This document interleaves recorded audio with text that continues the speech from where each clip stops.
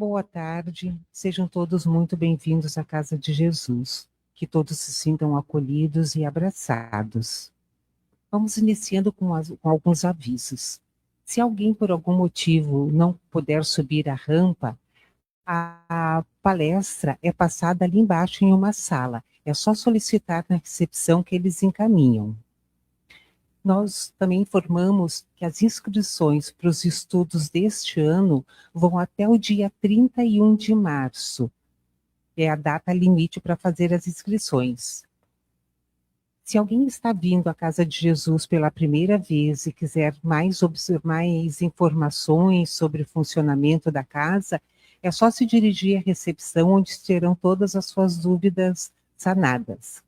E nós também informamos que o estudo da mocidade é feito aqui na casa aos domingos às 18 horas. Se tiver interesse, é só chegar, não é necessário fazer inscrição. E nós vamos chamando agora o seu José Carlos para fazer a nossa leitura de harmonização.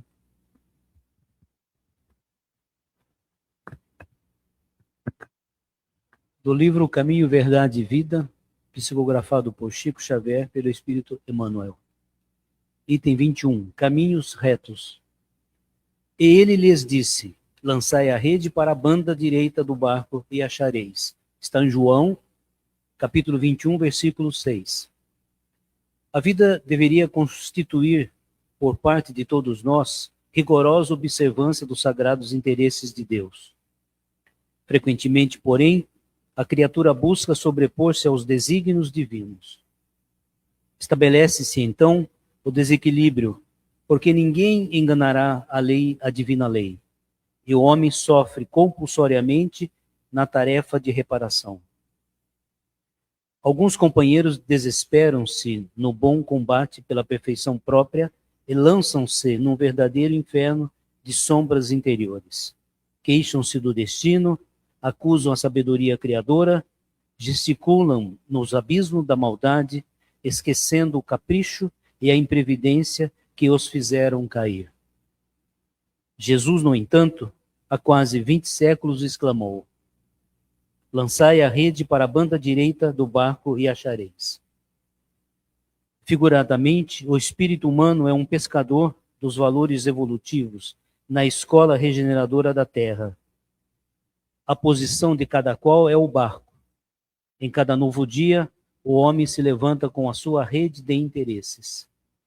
Estaremos lançando a nossa rede para a banda direita?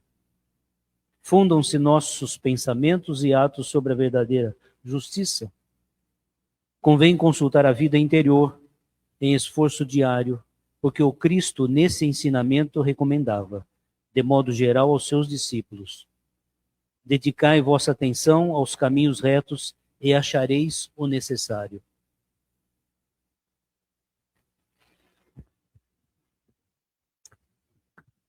Então, harmonizados com essa leitura, vamos elevando o nosso pensamento a Deus, nosso Pai amoroso, e ao nosso Mestre Jesus. E vamos agradecer por aqui estarmos reunidos em seus nomes, que possamos nessa tarde absorver a paz deste ambiente, absorver os ensinamentos que nos serão passados, com a certeza do amparo da espiritualidade amiga que aqui se faz presente. Que todos nós possamos sentir a tua presença amorosa, Mestre Jesus, junto de nós, em todos os momentos da nossa existência, e que essa paz aqui recebida possa ser fortalecida no nosso dia a dia, no nosso convívio com as outras pessoas, nos nossos lares, aonde nós formos. E te agradecemos também por essa casa que nos acolhe, que nos ampara, que direciona os nossos passos, que nos mostra o amor que tu aqui vieste nos ensinar. E te agradecemos, Jesus, por tantos ensinamentos e por tanto amor. Muito obrigada, que assim seja.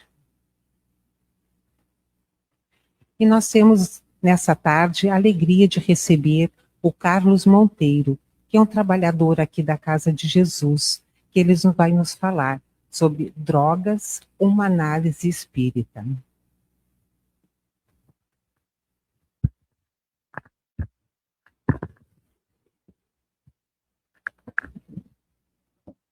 Boa noite a todos. Que o divino Mestre Jesus, que está no meio de nós, possa nos abraçar. E do abraço do Mestre Jesus, possamos todos nós receber as melhores energias. E que essas energias que o Mestre derrama sobre nós possam abrir as nossas mentes e os nossos corações, para que na noite de hoje consigamos compreender, entender e, acima de tudo, praticar os ensinamentos que aqui foram ditos. Vamos trabalhar as questões das drogas num sentido muito amplo. Levaremos até mais ou menos 9 horas da noite, hoje, aqui, para fazermos esse trabalho, né? Eu conheço o presidente da casa, eu trabalho aqui, então ele me dá esse tempo todo. Então, vocês fiquem tranquilos, lá pelas 7h30 a gente dá uma paradinha, toma um cafezinho com leite, e aí a gente prossegue depois. Sim, o tema é bem longo, a gente vai tentar botar dentro do tempo previsto, ok? A gente precisa entender algumas coisas da parte técnica, né? Científica, das questões das drogas, para poder saber como dialogar com meu filho que chegou em casa e acabou de fumar um cigarro de maconha. Como dialogar com meu marido que bebeu o dia todo, chegou em casa em estado de embriaguez. O que está ocorrendo no cérebro do meu filho? O que está ocorrendo no cérebro do meu marido? Eu preciso entender um pouco disso? Precisa. E a gente vai entender mais ou menos, olha só. Todas as drogas, sem exceções, elas agem no sistema nervoso central, mais especificamente nas questões dos neurônios, né? Aqui a gente faz uma representação dos neurônios e mostra para vocês que as drogas agem nas sinapses, que são os elos de comunicação entre todos os neurônios, os bilhões de neurônios que nós temos. E as drogas ativam essa região aqui, ó, onde tem essa descarga elétrica aqui, que é a comunicação. Quando ela atua aqui, a droga, ela modifica essa comunicação, ela altera ou até mesmo extingue a comunicação. É ali que as drogas agem, é ali que elas fazem o processo delas. Para nós sabermos que, então, quando chega o meu filho, que fez um uso de cigarro de maconha, chega na minha casa, como é que está o cérebro dele? Totalmente perturbado, totalmente disforme no sentido das comunicações, perdeu o ritmo correto, percebe? É interessante eu conversar com ele sobre a maconha quando ele chega em casa em estado assim? Não, não é interessante. Ele não vai conseguir processar. Meu marido chega em casa embriagado. Como é que eu vou conversar com ele e pedir para ele não beber? Percebe isso? Ele terá condições de raciocinar e assimilar isso que eu vou dizer para ele? Não, não terá condições. Né? Então a gente tem que saber. E todas as drogas também, sem exceções, agem no sistema de recompensa. O sistema de recompensa é mais ou menos assim, para vocês entenderem, uma forma rápida, né? E simplista. Quando eu ingiro um pouco de bebida, quando eu fumo um cigarro de maconha, quando eu cheiro cocaína, nós estamos falando de droga, né? Essa droga vai atuar numa parte do meu cérebro que vai liberar uma grande quantidade de dopamina, que é o hormônio do prazer, do relaxamento, da alegria, vamos dizer assim, botando uma forma simplista, né? Isso aí, num processo de alguém que vai se tornando um dependente químico, vai criar uma necessidade de eu consumir essa substância para recompensar a ação, aquilo que o meu cérebro está gostando. Olha que interessante. Então, quando você deixa 1, 2 dias, você é um dependente químico, 1, 2 dias de beber, o seu cérebro diz, cadê a minha bebida? Eu preciso dela. Eu preciso ativar as questões da dopamina. Percebe isso? Eu preciso isso. Isso vai gerando o processo de dependência. Né? Consequências do uso de drogas. A gente poderia trabalhar o que as drogas causam no nosso corpo físico. Aqui a gente vai ter uma leitura de como nós somos, de novo, simplesmente falando, né, da nossa formação. Nós temos um corpo físico, um perispírito, e somos um espírito. Olha que interessante. Quando a gente fala somos um espírito, já nos dá uma outra reflexão. Então eu não sou esse corpo? Não, não é. Não sou esse perispírito, né? Poderíamos dizer que não, nós somos espírito. O que é o perispírito na relação? O perispírito nada mais é que aquilo que vai transmitir os desejos do espírito para surtir ação no corpo físico. Olha que interessante. Então o espírito quer beber. Como o espírito não tem forma, Allan Kardec, no livro dos Espíritos, nos diz, não tem como eu dizer para você qual é a forma do espírito. Você não tem condições de assimilar esse conhecimento. Mas naquilo que você sabe, eu poderia dizer que o espírito é uma energia, é um raizinho, uma fagulha. Ora, se o espírito tem essa forma, entre aspas, ele não consegue pegar um copo de bebida. O que ele faz? Ele manifesta a vontade dele, o espírito, transmite para as células perispirituais das condições do cérebro, dos neurônios, que vão refletir instantaneamente no meu corpo físico, e aí o alcoolista vai lá e pega aquele copo de bebida. Fica claro? É assim que funciona. Então, o corpo físico nada mais é que a manifestação do desejo do espírito. Nessa reflexão, que a gente poderia ir mais longe ainda, só nessa trilogia para explicar para vocês, nós podemos dizer, se os senhores entenderem essa primeira fala que eu falei, poderemos entender quem é o dependente químico, quem é que gosta de beber, quem é que gosta de fumar, quem é que gosta de falar mal dos outros. Falar mal dos outros aqui em Balneário Camboriú não tem isso, tem? Tem? Não tem, né? Só lá em Itajaí, eu acho. Itajaí o pessoal fala mal dos outros. Quem é que gosta disso? O espírito. Não é o perispírito nem o corpo físico. Ora, nisso eu já faço uma reflexão muito ampla.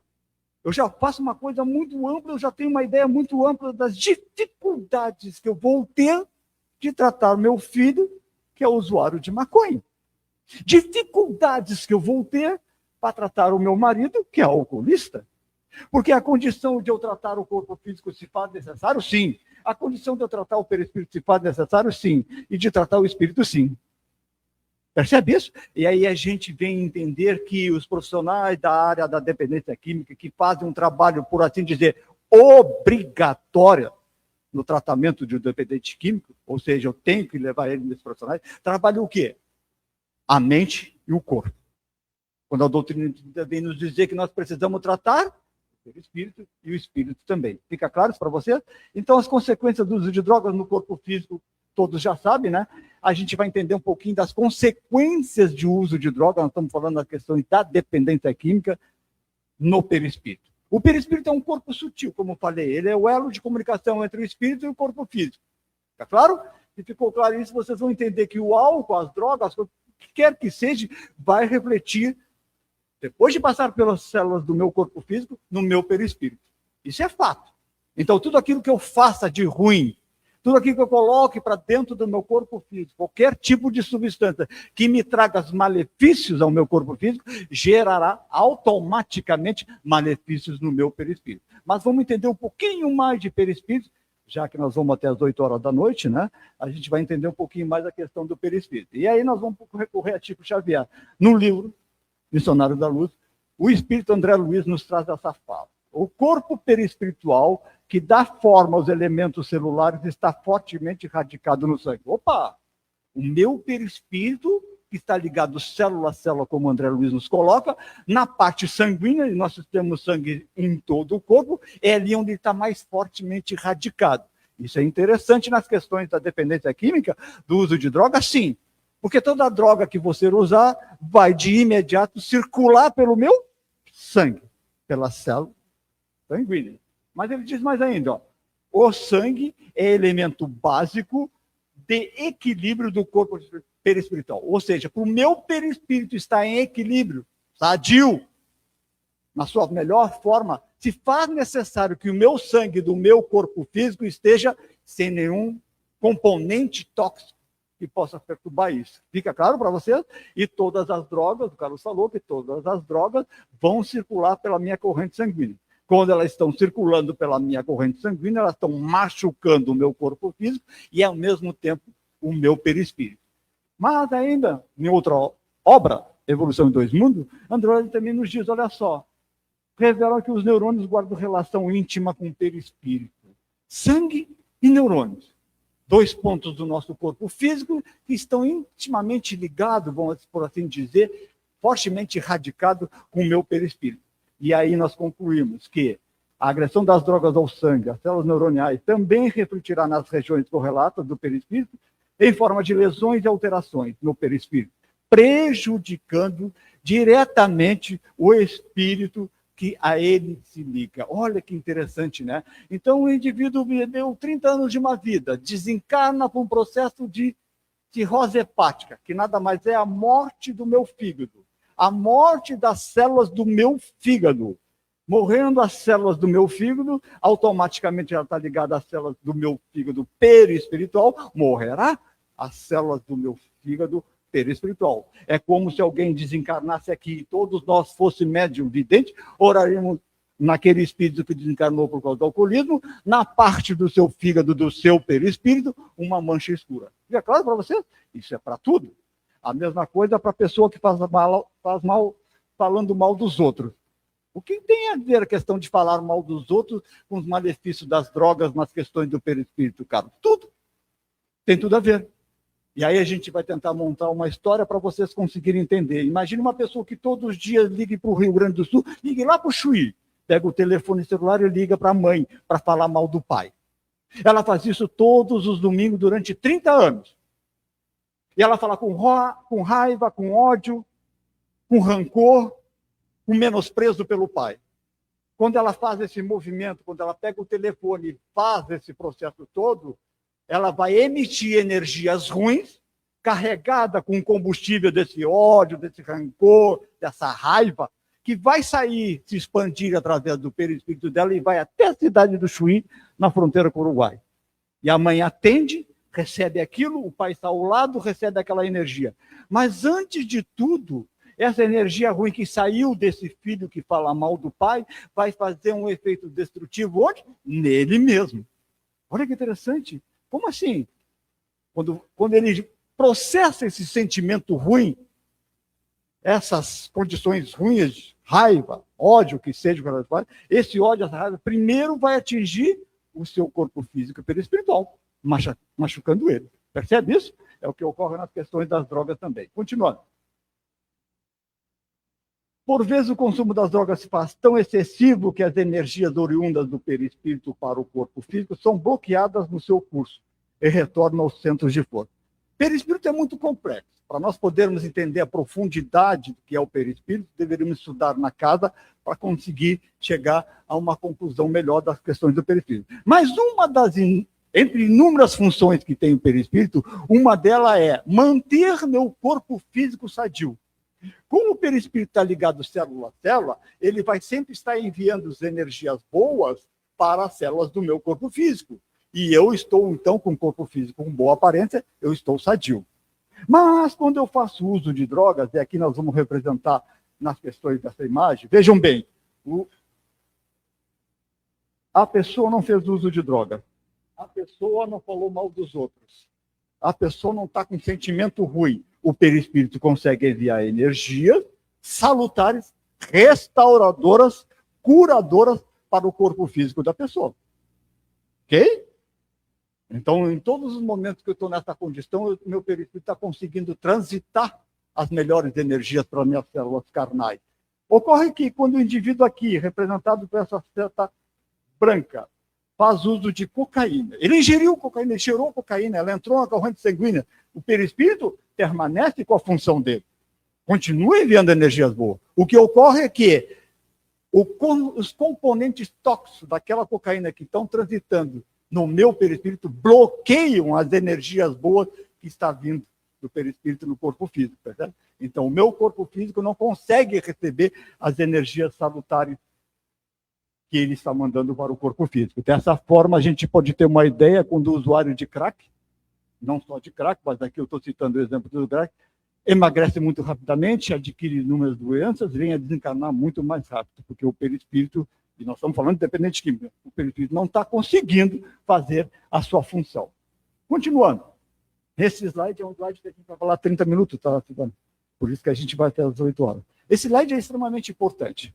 Jonas Jones, no livro SOS Família, ela vai nos explicar que as drogas têm muito a ver com as questões das lembranças do passado. E a gente precisa entender de uma forma mais simplista para vocês verem, e eu vou tentar explicar através do exemplo, né? Nós todos somos espíritos milenares e vivemos inúmeras vidas para trás. Trazemos registrado em nosso perispírito tudo de bom ou de mal que fizemos em todas as vidas para trás. Ah, o Carlos, no ano de 1230, em Paris, na França, era um costureiro. E ele furou o dedo dele. com uma agulha muito forte, perdeu a ponta do dedo. Isso está registrado no perispírito do Carlos? Está. Uma coisa simplista. O Carlos, na época do Viking, era um líder de que derrotou e matou muita gente. Está registrado no perispírito do Carlos? Está. Percebe isso? Nesse entendimento, a gente vai saber que todas as coisas ruins e boas que nós fizemos, desde que transitamos da forma animal para a forma hominal, está registrado no nosso perispírito. Trazemos isso nas nossas inúmeras encarnações, gerando o que somos hoje, na balança do bem e do mal. Olha que interessante, né? Mas aí Joana vem dizer que Deus, na sua bondade suprema, nos colocou um cadeadinho no nosso perispírito, onde estão nossas vidas passadas, porque Deus nos reconhece, sabe que somos inquilinos do planeta de provas e expiações, e ainda não temos condições de lembrar das nossas vidas passadas, então Ele guarda tudo ali, para que nós consigamos evoluir, amar, perdoar todas aquelas pessoas que estão envolvidas na nossa encarnação, sem saber o que nós fizemos e que elas nos fizeram em vidas passadas. Mas o que isso tem a ver com as drogas? Tudo. Imagine um indivíduo que faz uso de crack. E aí, para vocês entenderem, vou falar um outro exemplo para vocês terem uma ideia. Imagina aquele indivíduo que aos 14 anos começou a fumar maconha. Muito cedo? Não. Até antes disso já se fumou maconha, né? Aos 14 ele está fumando maconha. Aos 16 ele passa para cocaína. Aos 18 ele passa para o crack.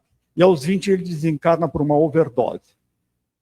Mas nesse trajeto entre os 14 e os 18, a mãe dele nos relata, vamos dizer assim para vocês ficar claro, para vocês entenderem isso, que em determinado momento, quando ele entra nas questões do crack, ele quer agredir e quer matar ela. E ele diz assim: mãe, eu olho para ti e tenho um ódio incontido, e eu quero te matar. Eu vejo em ti, mãe, um inimigo. Uma pessoa me trouxe problema. Mesmo de forma inconsciente, poderá estar refletindo na mente dele, através das quebras das senhas, do cadeado, das suas lembranças do passado, causados pelos efeitos das drogas ao longo desses anos, lembranças de uma vida passada em que a mãe lhe matou, por exemplo. Poderá estar ocorrendo isso? Pode. Não quer dizer que todo usuário de crack que matou a mãe está relacionado a isso, mas que as drogas podem quebrar essas proteções espirituais, fazendo vir florar na minha mente de forma inconsciente quem foi aquela mãe, quem é aquele filho. As consequências do espírito, a gente vai falar rápido, só para ter uma ideia, também num sentido. Olha, imagine que nós reencarnamos, nós espíritos medianos, via de regra fazemos o nosso planejamento reencarnatório, onde pedimos para reencarnar e pedimos para vir calculana, para ter 2 filhos, para amar, para perdoar. Quase todos nós fazemos esse processo reencarnatório. Quando o indivíduo, aos 14 anos, entra no mundo das drogas, e ele pediu para casar aos 22 e ter os filhos aos 23 e 24. Está lá no planejamento reencarnatório dele, porque ele precisa se ajustar com a sua esposa e com seus filhos. Só que aos 14, aos 18, ele usou droga e desencarnou. E morreu. Não conseguiu executar o seu planejamento reencarnatório. O que é isso para o espírito? A perda. Um atraso. Terá que voltar em novas vidas, enquanto aquele grupo familiar já vai progredindo, ele fica atrasado. Percebe isso? Então é muito importante nós entendermos que as lembranças do passado que ficam bloqueadas em nós vão trazer consequências em todos os sentidos, né? Continuando. Isso aí que eu falei agora há pouco, que está no livro Nas Fronteiras da Loucura. Causas e origem da drogadição. Causas e origem da dependência química. Aí nós vamos recorrer ao livro Conflitos Existenciais, de Divaldo Pereira Franco, onde o Espírito de Joana de Anjos vai nos trazer, no capítulo 12, chamado Drogadição, quais são as causas e a origem da drogadição. Nessa obra aqui, a gente vai ter entendimento. No capítulo 12, é uma obra que eu recomendo a leitura. No capítulo 10, não me falha a memória, ela vai falar do alcoolismo, da violência, e no capítulo 13 ela vai falar do alcoolismo. Então, dando uma ideia muito boa. E ela começa assim, ó, experiências anteriores. Ela nos diz, o Carlos copiou o texto para colocar aqui para vocês. Né? Na psicogênese da drogadição, encontra-se o espírito aturdido, inseguro, às vezes revoltado, que traz do passado uma alta carga de frustrações de rebeldia. Olha só.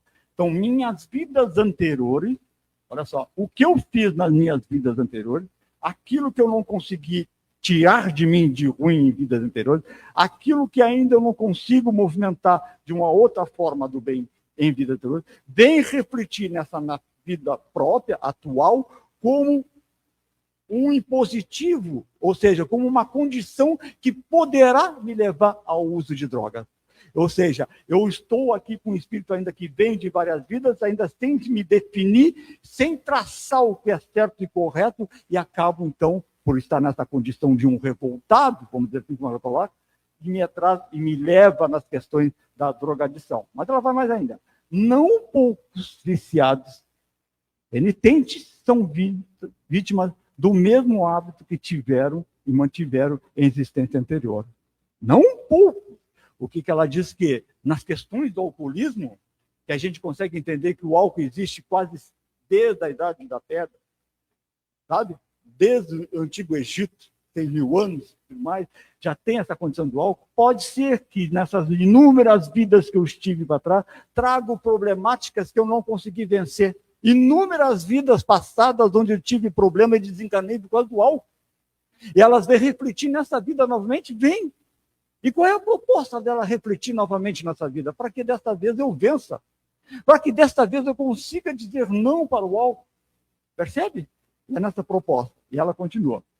Na qual mergulharam em abismo profundo e retornaram com as marcas da dependência que os consome, avançando para expiações muito graves no futuro. Ou seja, a cada encarnação futura, eu vou me agravando nessas condições que eu não consigo me livrar.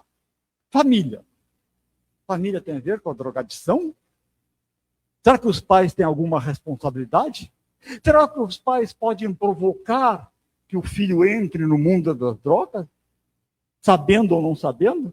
E Joana nos traz esse texto. Sem dúvidas, os conflitos do lar contribuem expressivamente para a fuga na direção das drogas. É muito interessante, né?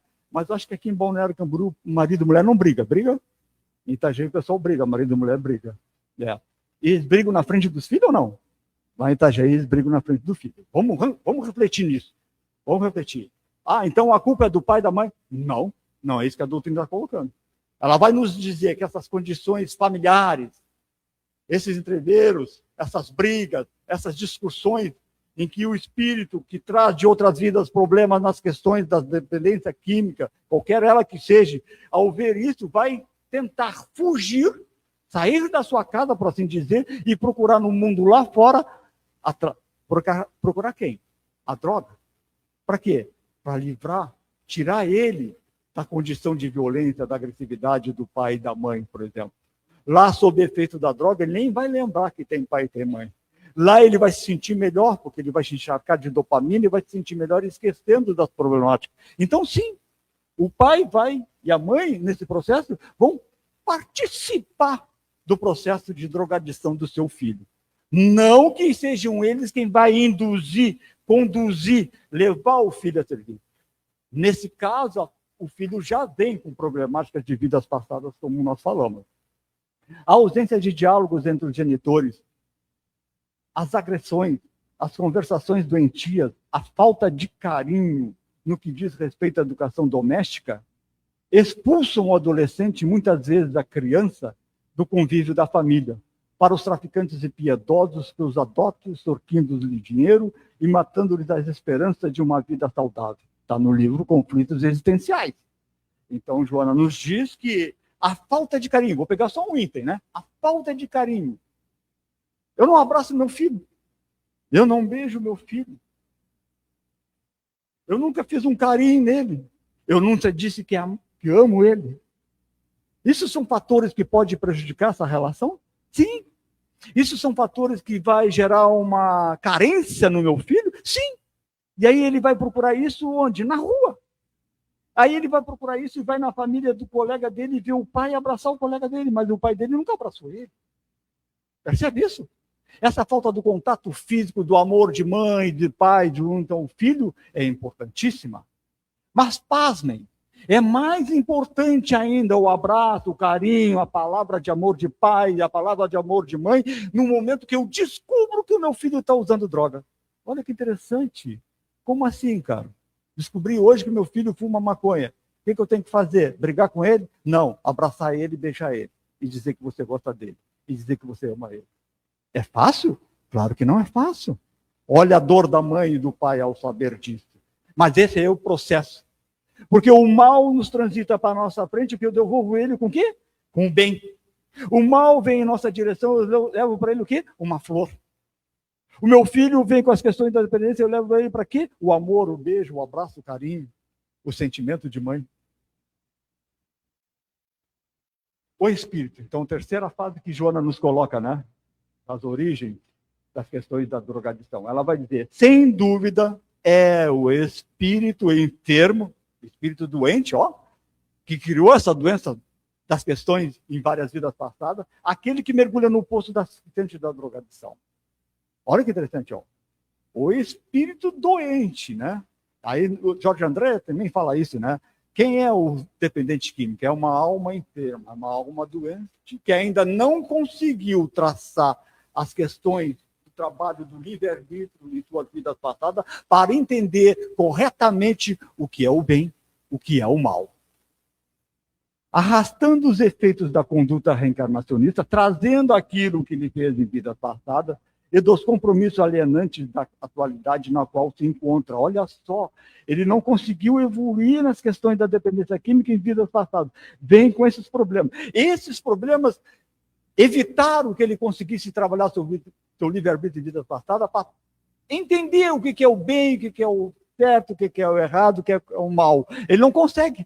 Ele ainda não conseguiu, através da sua própria consciência, trabalhar isso. Reencarna nessa vida, quando o primeiro problema mais grave surge para ele, ele não consegue, ele escorrega e vai para as drogas. Percebe isso? É uma conquista que ele fez de vidas passadas que está refletindo nesta vida de uma forma que não dá condições de ele entender. É quando tem a briga do marido e mulher e o filho olha aquilo e ele não consegue trabalhar com isso. Ele não aprendeu a trabalhar a briga do marido, do pai e da mãe. Percebe? Outras causas e origens da drogadição. Os relacionamentos sedutores, os grupos de convivência doentia, encarregam-se de proporcionar novos estímulos, continuando no mesmo livro, hein? E ao repetir a experiência, inicia-se torpe dependência que leva aos desastres mais imprevisíveis, tanto em relação ao desgaste orgânico, como à degenerescência mental e emocional, e também aos imprevisíveis desvios para o crime, furto, roubo, agressão e homicídio. Então, Joana coloca o que vai refletir desse processo todo, o que vai dar como consequência esse processo, né? A partir daqui nós entramos na parte da influência espiritual. Na questão 459 do Livro dos Espíritos, Allan Kardec pergunta para os espíritos se os espíritos influenciam em nossos pensamentos e nossos atos. Kardec perguntou duas coisas, pensamentos e atos. Pensamentos é uma coisa que eu não consigo agarrar. É volátil, vamos dizer assim. O ato é eu pegar esse copo, jogar ali e fazer qualquer coisa. Isso é um ato. As duas coisas. E os espíritos respondem para Kardec, sim, muito mais do que imaginais. De ordinário, são eles que vos comandam, são eles que vos dirigem. Essa questão é maravilhosa. Ela nos traz uma reflexão muito profunda. E se nós conseguíssemos lembrar dela em todos os momentos do nosso dia, em todos os instantes do nosso dia, e parássemos para pensar nessa influência espiritual, tudo poderia ser diferente. Então eu posso dizer, Carlos, que eu vou ditar qual é o espírito que vai estar do meu lado? Sim. Nem precisa ir numa casa de espírito e perguntar para o trabalhador espírita, dá para o médium vidente ver qual é o espírito que está do meu lado? Não precisa. A coisa mais fácil que existe é eu saber qual é o tipo de espírito que está comigo naquele momento. Basta saber o que eu estou pensando e sentindo. Olha que interessante. Pensando e sentindo. Através desse pensamento, desse sentimento, eu vou gerar uma energia carregada com aquilo, com o conteúdo do meu sentimento. O conteúdo do meu sentimento vai viajar ao infinito e vai atrair os espíritos que estão desejosos daquele sentimento. Fica claro isso para vocês? Olha que interessante. Então a gente já pode refletir que somos nós que atraímos espíritos, não eles que vêm atrás de nós. Sim, somos nós que atraímos o espírito. É mais ou menos assim, o jovem é dependente da maconha, acorda naquele dia de manhã cedo, senta na nossa cama, ele não tem maconha em casa, mas o primeiro pensamento dele, o primeiro sentimento, o primeiro desejo dele, o primeiro gosto dele é fumar um cigarro de maconha. Quando ele faz isso sentado na cama, ele gera uma energia que vai ao infinito. A energia baixa, né? Que é uma coisa ruim. Todos os espíritos que estão na volta, todos os espíritos que estão com desejo de usar maconha naquele momento, são atraídos até a cama dele e sentam do lado dele, dizendo assim: tu não tem maconha, mas o teu vizinho do lado tem, vai ali do lado e pede. Ele se levanta e vai na casa do vizinho. Percebe isso? No outro dia, esse mesmo usuário de maconha, esse mesmo dependente de maconha, acorda de manhã cedo. E o primeiro pensamento que vem a ele é assim: hoje eu quero pegar minha Bíblia, no Novo Testamento, e vou lá no Lar dos Idosos, na Quinta Avenida, em Balneário Camboriú, fazer uma leitura para os idosos que estão lá. Instantaneamente, ele emite essa energia e os espíritos do bem estão ao lado dele. O primeiro a receber as energias desses espíritos do bem é ele mesmo. Os primeiros a terem o beneficiado é ele mesmo. Olha que interessante. E aí poderiam dizer: ah, mas um usuário de maconha nunca vai fazer isso. Faz. Fazer essa mudança, faz. Então vocês entenderam, quem dita o espírito que está do meu lado sou eu mesmo. Eu é que faço essa escolha. O espírito pode até vir. Se você não está querendo usar maconha naquela hora, ele vai tentar, vou embora, vou pegar outro. O Carlos não tem jeito, não está pensando em maconha. Percebe isso? É assim que funciona. Então você não precisa nem ter a droga em casa. Basta pensar que os espíritos já vêm. Questão 459, como nós falamos, né? Uma perguntinha para... Como nós vamos até as 8 horas da noite, eu preparei umas 10 perguntas para o pessoal aqui, tá? É só para aqueles que não são trabalhadores, tá? O pessoal que é trabalhador, que eu identifico todos, eu conheço todos aqui, não pode responder. Vamos lá. Como o espírito que quer usar drogas acha o viciado encarnado? Já tem a resposta, é fácil. Olha lá. Primeiro, pelo pensamento do viciado. Okay. Pela sintonia. O que ele está sintonizando? Pela vontade do viciado em usar drogas. Todas estão corretas. O que vocês acham? Se não responder, eu vou entender que todo mundo entendeu, que todas não estão corretas. Fica claro para vocês isso? Olha a facilidade. Olha a facilidade que eu atraio o espírito. Entende? Muito fácil, né? E a gente continua. Daqui a pouco tem mais perguntas, né? Todas estão corretas. Nesse artigo, olha só que interessante, continuando ainda nessa área da influência, né? Do Reformador de 1998, eles vão dizer para nós: há uma procura telepática aos encarnados dos vivos, na onda que eu citei ali, certo? Para vocês entenderem a questão dos espíritos. Eu vou pular um pouco para vocês terem uma ideia. Como ocorre isso? Pronto. Presta atenção. Então eu atraio o espírito. Acordei de manhã cedo, quero fumar maconha. Aí eu vou lá na minha gaveta, pego meu cigarro de maconha. E pego meu copo de uísque. Opa, vamos até as 10 horas agora. Agora me lembrei de uma coisa. Olha que interessante, né? Eu falei agora que ele pegou o cigarro de maconha dele e um copo de uísque. A bebida alcoólica, no processo da ligação com uma droga química como a maconha, né, vamos dizer assim, qualquer tipo de droga, quando é usada conjuntamente, o uísque, o álcool, qualquer ele que seja, potencializa o uso destrutivo daquela droga. Ou seja, o uísque, que ele vai tomar junto com o cigarro de maconha, que ele vai fumar, vai potencializar os efeitos corrosivos destrutivos daquela maconha. Fica claro para você? Se ele fumasse só maconha sem usar, ia acontecer, mas não tão forte por causa do álcool. Ficou claro? Nisso eu já tenho entendimento, né? Se eu puder só fumar maconha e não beber, talvez eu viva um pouco mais, porque se eu usar maconha e beber junto, eu vou o quê? Acelerar meu processo, meu desgaste, vamos dizer assim, né? E a facilidade com que o espírito consegue beber ou fumar junto com a gente, essa figura nos dá uma ideia. E eu acho que fica claro para vocês entenderem, né? Quem é o espírito ali naquela condição? O que o espírito traz consigo? O seu perispírito. É o que a gente pode ter uma ideia. Ao absorver as 4.700 e poucas substâncias que tem no cigarro, ele está sugando para o seu perispírito. E ele não precisa nem ter conhecimento, é só chegar perto. É mesmo quando a pessoa está bebendo o seu copo de uísque aqui, que ele ingeriu aqueles componentes do uísque, entrou na corrente sanguínea, passou para o seu perispírito, o espírito que está ao seu lado, que tem só perispírito, ele não tem corpo físico, vamos dizer assim, né?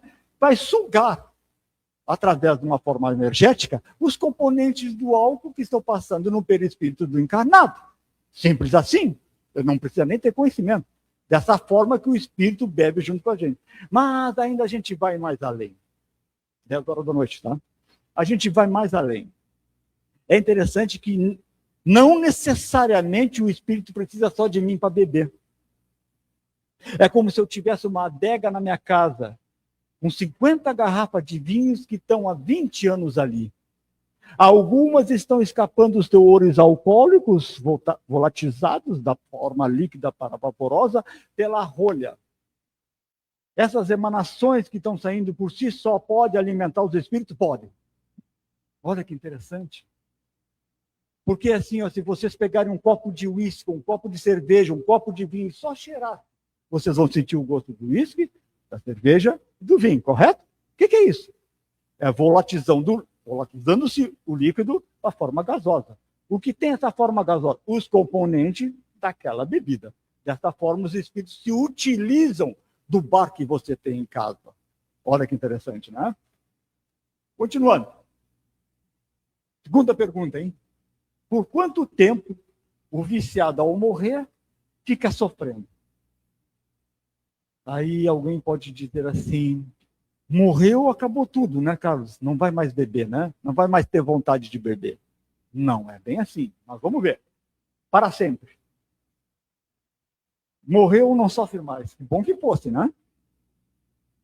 Pelo tempo que ele tiver vontade, olha em verde ali, ó, vontade de usar droga. O que vocês acham? Pelo tempo que ele tiver vontade de beber, de usar droga. Fica claro? De que forma ajudar um dependente químico? E aí a gente vai trabalhar muita coisa, né? Primeiro, nós vamos de novo recorrer ao livro Conflitos Existenciais. Joana Jones vem trazer no capítulo 12, né? Que ela vai nos dizer que o primordial para a recuperação do dependente está aqui, ó. O interesse do paciente na própria recuperação torna-se indispensável. Porquanto somente com a sua vontade, olha só, bem direcionada, poderá superar os momentos difíceis que surgem confiando nos resultados futuros. Via de regra, quando fazemos esse trabalho na área da dependência química, nas clínicas de dependentes químicos, a gente procura conversar com alguns dependentes, né? E eles nos dizem que muitos deles estavam ali porque não queriam ver a mãe sofrendo. Olha que interessante. A minha mãe está em depressão, minha mãe já tentou se matar por eu estar usando droga, e como eu amo ela, eu venho aqui para ver se eu me recupero, mas a minha vontade era continuar usando droga. Vocês entenderam? Eu recebo essa fala, de vez em quando, né?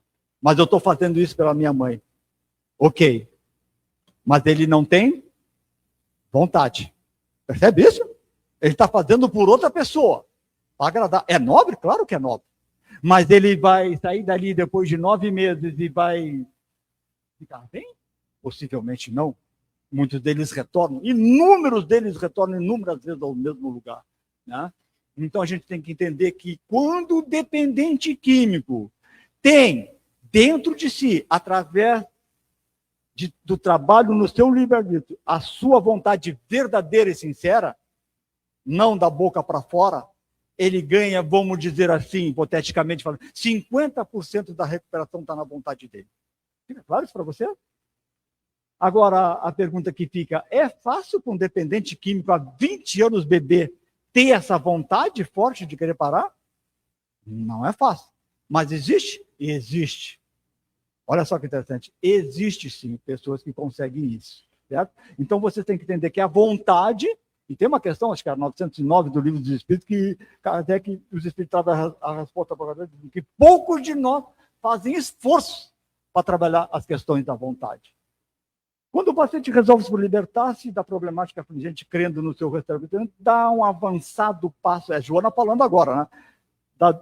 Em direção da cura, sendo o restante o trabalho desafiador necessário para o êxito do processo. Por consequente, olha só, quando o dependente químico, de uma forma sincera, tem naquele dia a ajuda dos espíritos, e ele diz, hoje eu vou parar. A forma é sincera. Ele não está enganando ninguém. Ele não está fazendo para ajudar a mãe. A forma é sincera. Imediatamente, por assim dizer, instantaneamente, uma equipe espiritual vem junto a ele e já começa a lhe dar um passo, e já começa a lhe orientar, e já começa a lhe ajudar.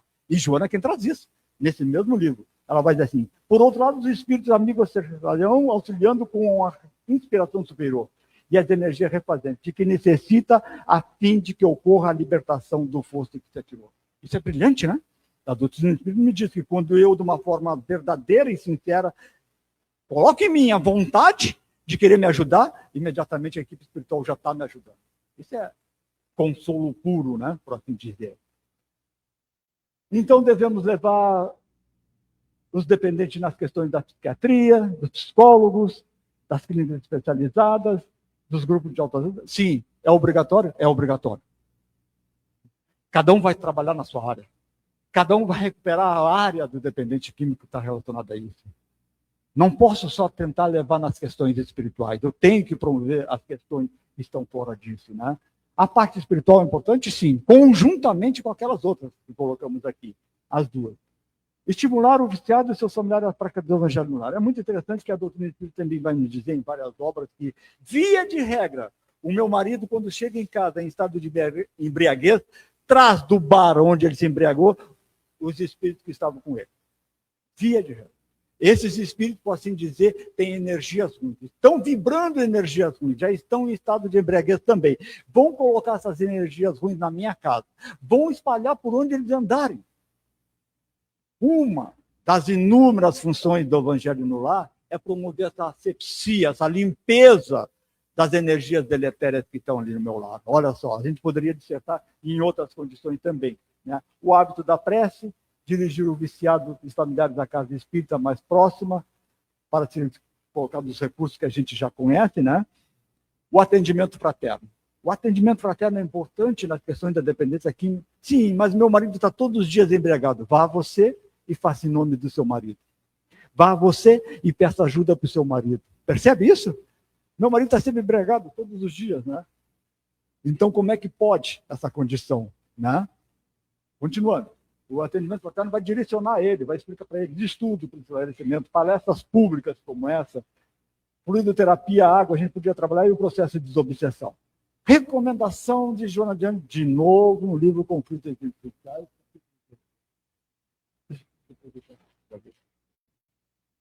Diálogos francos e naturais com crianças e os jovens devem fazer parte das conversações familiares, das disciplinas transversais nas escolas, antes que os traficantes que estejam em suas portas ou que alguns dependentes que nelas se encontram comecem a iniciação dessas vítimas, né?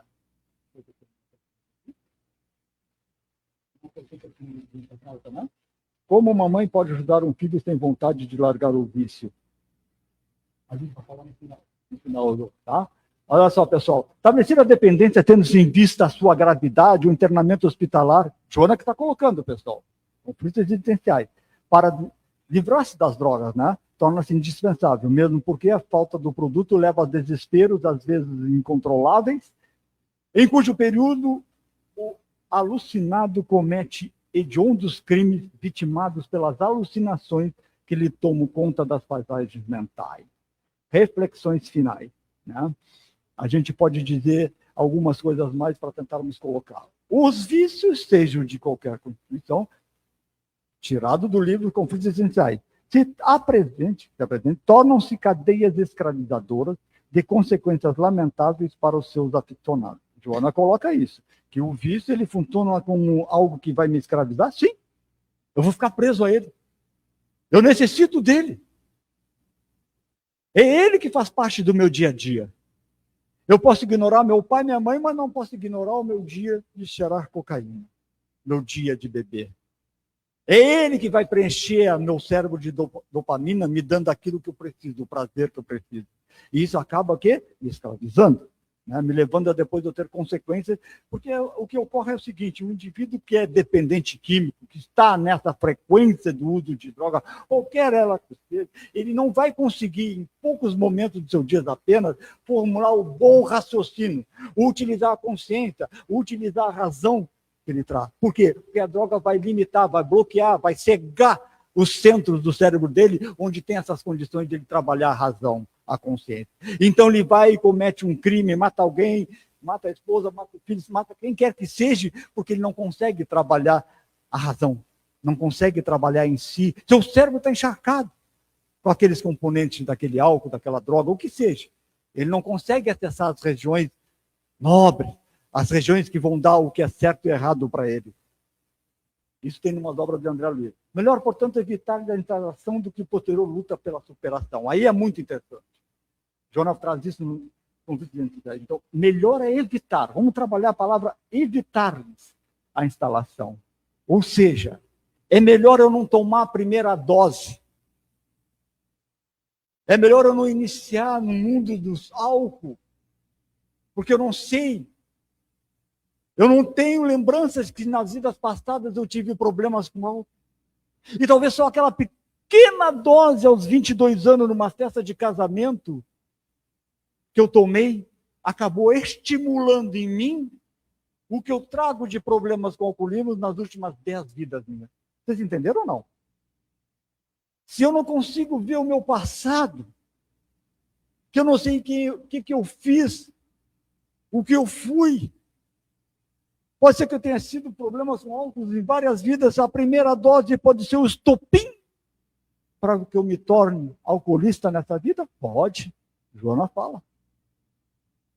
Então eu tenho que me precaver.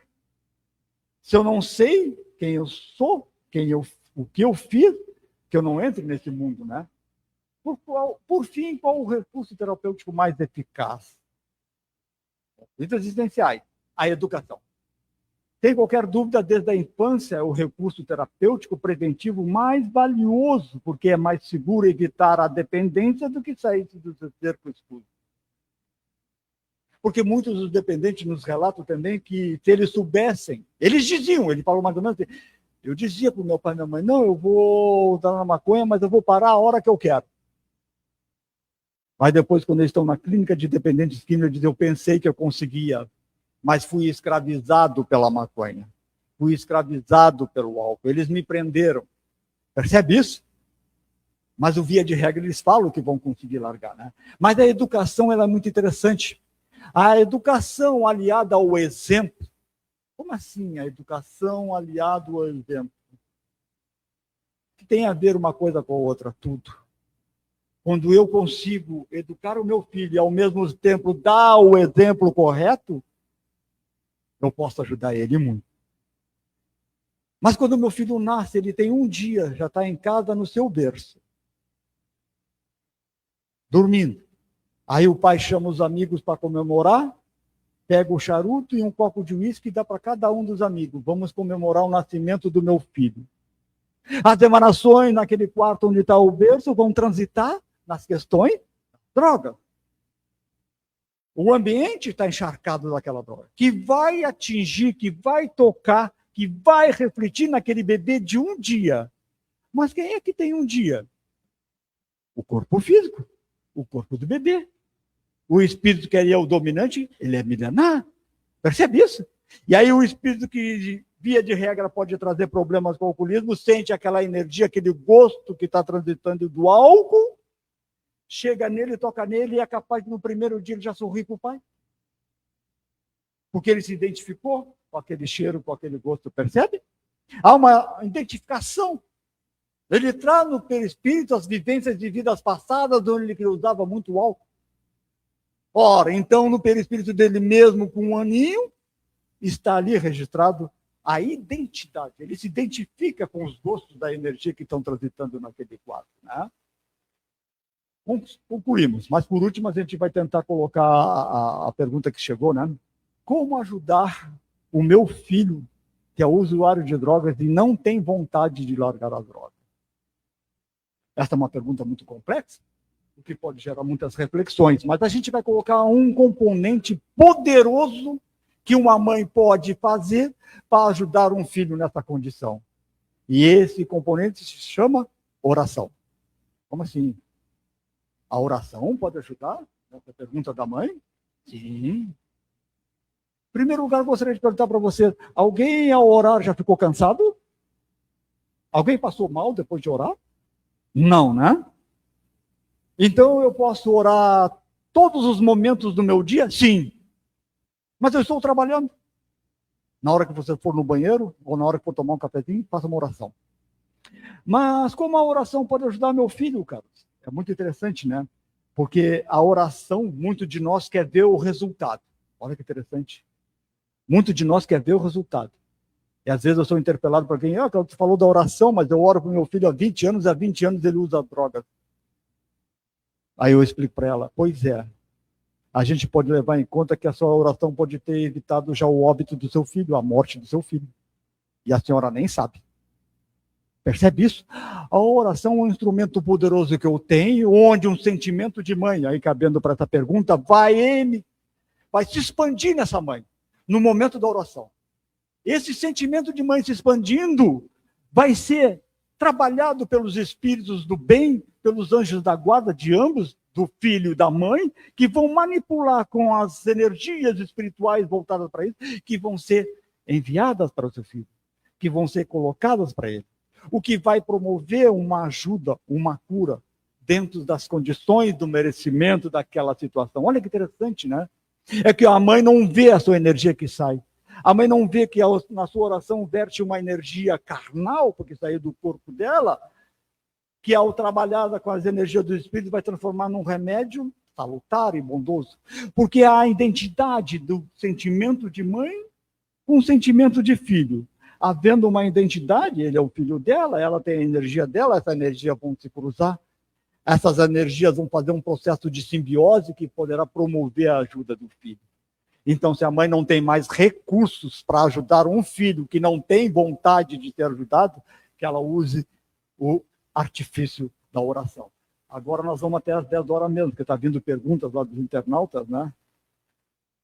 Como uma mãe pode ajudar um filho sem vontade de largar o vício? Pelo menos tem outra?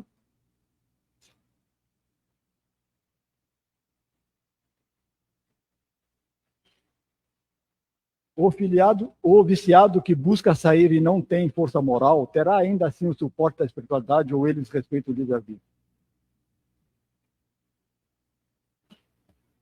Sempre terá.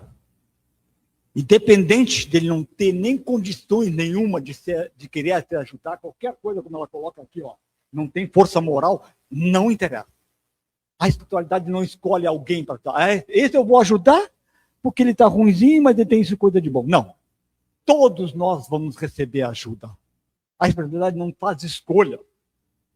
A pior pessoa que vocês possam conhecer estará sempre assediado pelos bons espíritos que vão tentar lhe ajudar. E vão tentar demover dele essas condições. É lógico que eles não vão interferir no livre-arbítrio, mas eles vão estar sempre. Ao primeiro segundo, ao primeiro minuto que aquela pessoa tenha um pingo de vontade de ser ajudada, já estará lá a espiritualidade. Então, sim, todos nós temos essa condição. Nunca estaremos sozinhos. Ninguém está sozinho, por pior que seja. É claro? Então, era isso que a gente queria deixar. Por último, colocar quem quiser assistir essa palestra, um pouco mais longa, está aí no YouTube, pode colocar, né? Mas a gente quer deixar uma última reflexão, né? Uma última condição para nós, né? Que a gente consiga trabalhar uma condição muito especial, que nós não sejamos julgadores. Olha só, em primeiro lugar, a doutrina espírita não proíbe nada. Não existe nada dentro da doutrina espírita que diga, você não pode beber, você não pode fumar, você não pode falar mal dos outros. Não tem nada dentro da doutrina espírita. Ela vai dizer o que ocorre, quais são as consequências se você fizer esse ato. Então, a doutrina espírita é uma doutrina esclarecedora, consoladora, explicativa. Olha só, ela nos consola. Dessa forma, se eu conheço alguém que faz... Se o meu vizinho tem um filho que é usuário de crack que os pais são, que eu não julgue. Que eu não julgue. Se meu outro vizinho do outro lado tem um marido alcoolista que bate na esposa, que eu não julgue. Jesus julgava? Não. Se eu não tenho condições de estar ali e ajudar e de levar uma palavra consoladora, o que eu posso fazer? Orar.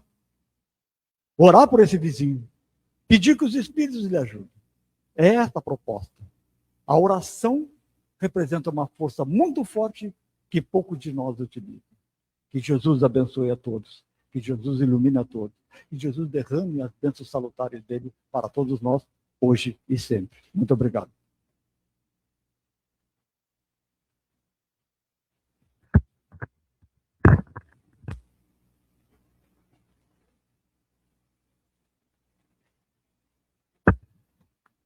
Nós agradecemos o Carlos por tantos conhecimentos que ele nos trouxe essa tarde, desse assunto ainda tão delicado para tantos de nós que aqui estamos. E também nos mostrando a importância das escolhas que nós fazemos todos os dias, não as grandes escolhas, mas aquelas pequenas escolhas que a gente faz também, que refletem sempre nas nossas vidas. E agora nós vamos passando para a segunda parte do trabalho, que é o passe coletivo. O passe é uma transfusão de energias. E para que essas energias possam ser aproveitadas por nós devemos nos manter nesses momentos em prece, com pensamento elevado, para que a espiritualidade amiga possa nos entregar tudo que nós estamos necessitando. Agora pedimos para que os trabalhadores do passe se posicionem e vamos chamar a Giana, que vai conduzir o passe e a nossa prece final.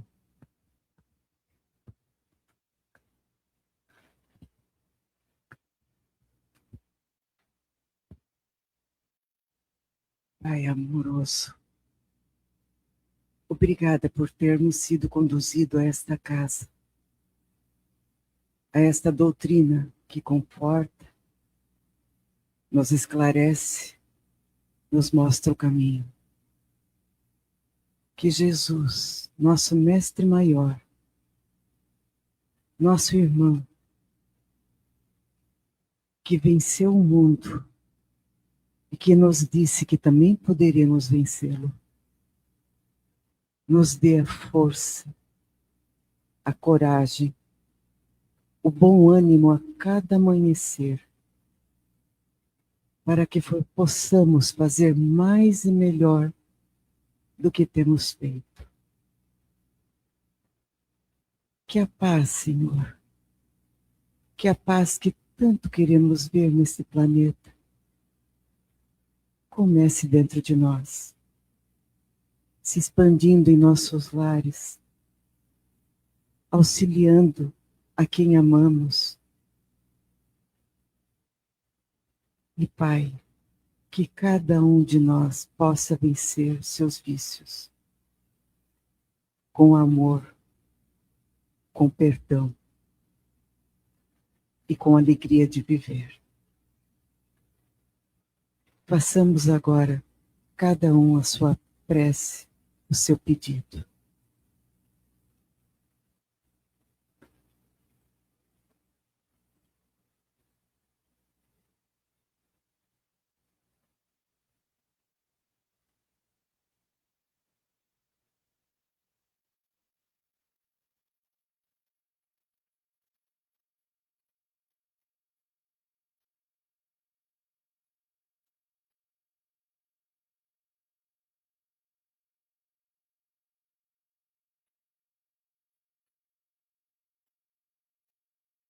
Obrigada, Pai de amor e bondade.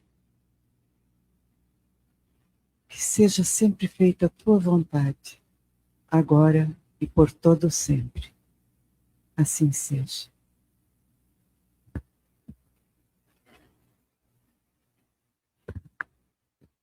Uma boa noite a todos, que retorne para seus lares em segurança e que a semana que está iniciando seja de alegrias e satisfações.